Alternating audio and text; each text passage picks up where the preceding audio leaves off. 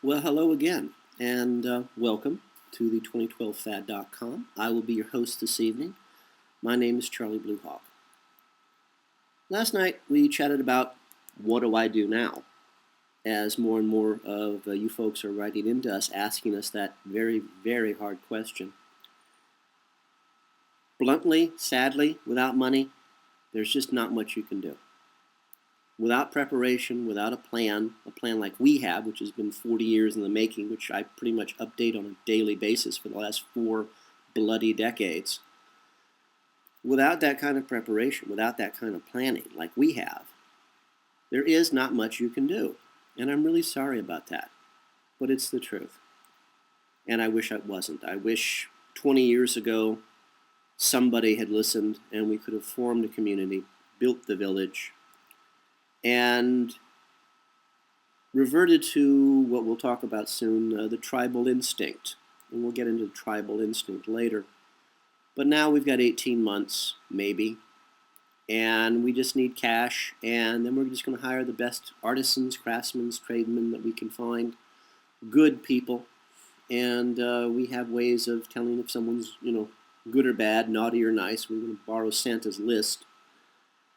No, not really. We actually have very ancient technology that we'll be using to assess the character of people, and it's going to come down to that.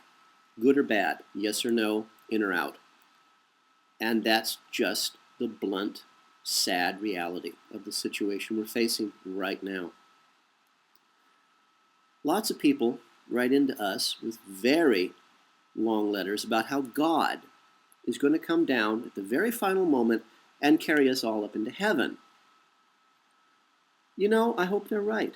I really do. Me? Don't laugh. I have actually met God. And she seemed very nice. I was at yoga class in Wellington, New Zealand. I was doing yoga.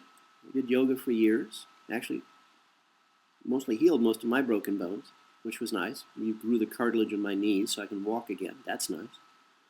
But if she was not God, then she was someone much higher above than us. But she simply appeared to me in the yoga class, and she indicated that go into the earth to be safe. That was it. And then she vanished. I don't do drugs. I wish I did. I don't drink. I wish I did. I don't smoke. I don't want to smoke. But why that happened, I have no idea. Could not tell you. I don't know why I'm in Eastern Europe at the moment. Well, I do know, but that's a long story. But it seems like I keep being guided by folk. Let's just call them folk.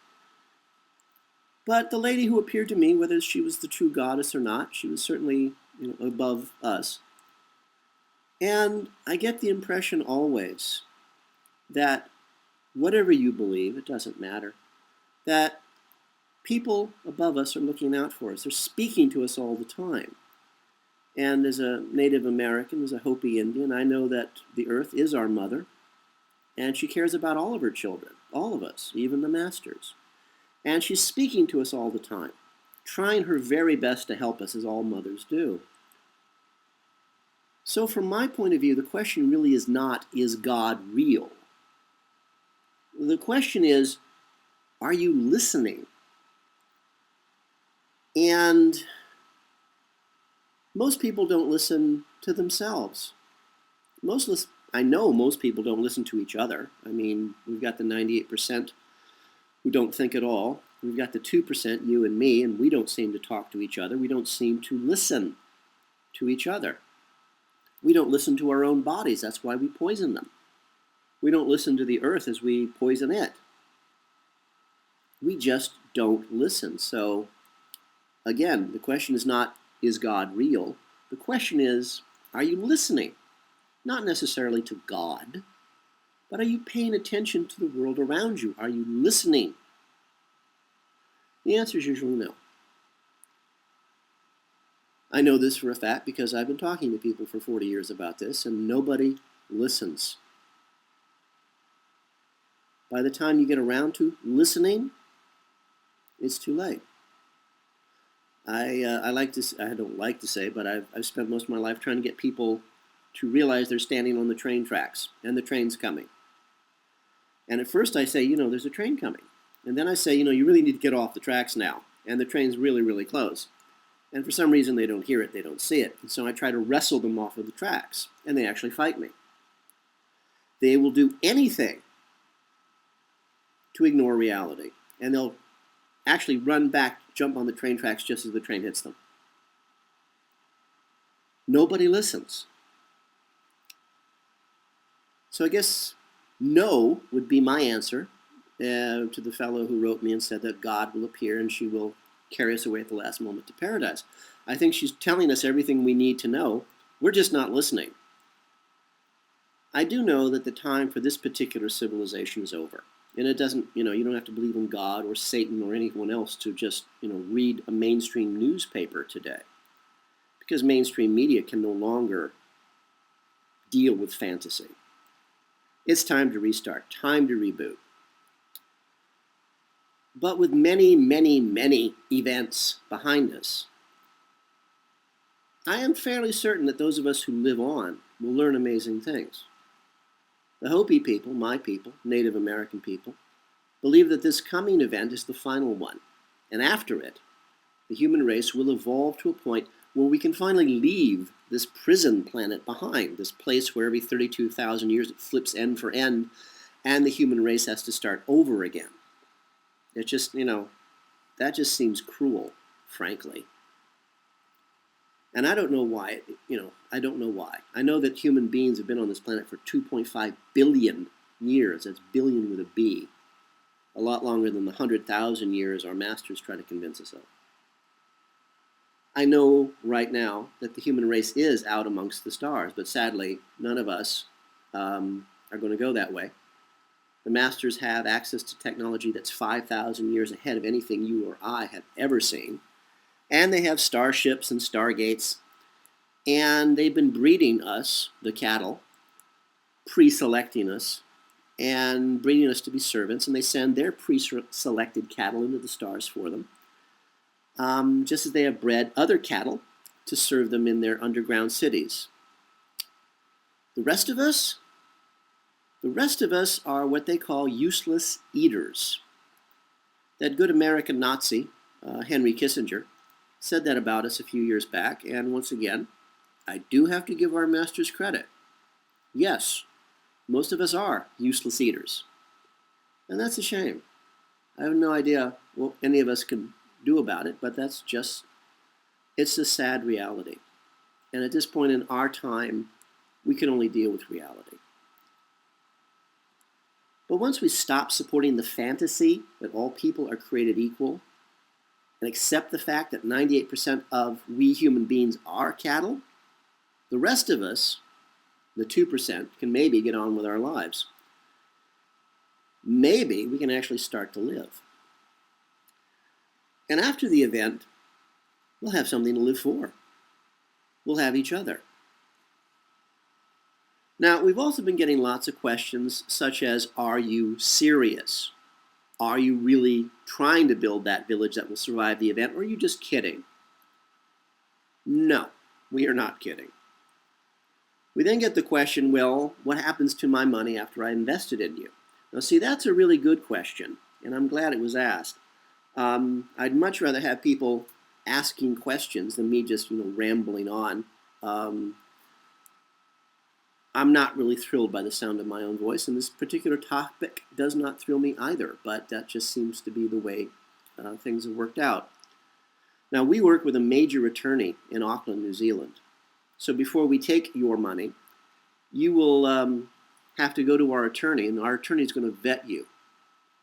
They have to confirm that you are a sophisticated investor who not only has money, but understands all the financial implications of your investment with us. We just don't, you don't show up with a bag of cash and we take it and we shake hands. Screw that. We are really big into contractual agreements, the written word. Now, for the last 25 years, I've done what we call project management. I've done that on 3 continents, and I've done it with big, major international corporations. So I know how to run a project, especially one that I've designed myself over the last 40 years. So, Question is, where will your money go? Well, to be a silent partner in a venture like this and building a village, which is meant to save your life, the lives of your family, trust me, you don't want to be a silent partner at that point. You want to be involved in every step. And I promise to drive you absolutely crazy with detail. Daily meetings, daily reports on every facet of the project, step by step, blow by blow, reporting on milestones, key point indicators, who has the authority, who has the responsibility, what your tasks are, financial overviews on a daily basis. You will know where every penny of your money is gone. But after 40 years of talking to people about this, it's kind of hard to deal out this blunt truth without some small amounts of humor. So forgive me if my coffin humor sometimes gets in the way of what I'm trying to say. But we are deadly serious about what we're doing here. And yes, we are looking to raise money any way we can to build the village. I actually stopped everything I was doing and went back to a skill I gave up 30 years ago, writing. I turned out a series of 5 erotica horror novels plus a franchise plan to create 100 episodes of a television series and a movie package, all to be produced in Prague, the Czech Republic, over the next 18 months. I grew up in Hollywood. I grew up in the film and television and music business. So again, this is stuff that I can do without thinking. And why are we doing this? Well, we're doing it to raise capital on our own, to fund our own projects, to fund the village ourselves. The income from a franchise of books with a TV show and a movie in a package, worst case scenario, would have netted us, millions of dollars. So my days now are spent trying to get the books into stores, investors into the franchise, investors into the village project. See, the village, we're actually going to run as a sustainable above organic farm with a conference center, a restaurant, a hotel, nightclub, a galleria of stores, hiking, horseback riding, camping, all those touristy things. And all as an ecotourism destination resort. A money-making venture up until the event, and then we'll be there afterwards. Because after the event, people will still need to eat. And we'll be there to serve them homemade beer, cook them up a roast, and make them sandwiches. So yes, we are serious. And I spend 20 hours a day, 7 days a week trying to make all this happen. So again, if I'm a little short of grace, please accept my apologies. My business partner, Kenneth, I promised him that I would do my very best for him and his website and for my project, going on 40 years now. And apparently I have an obligation to my God, the goddess, the mother of us all, to try and help and to survive. I mean, she appeared to me in the yoga studio. Why the goddess wants me, of all people, to survive is probably the greatest mystery to me right now. And trust me, here in Prague, I got mysteries by the bagful. And I'm trying to figure out most of them, and I'm just not having much success. But you know what we do have? We do have a plan. Please have a plan of your own. For all of us here at the 2012 Fad, this is Charlie Bluehawk. Wishing you a really good day, and please keep hold of that really good thought.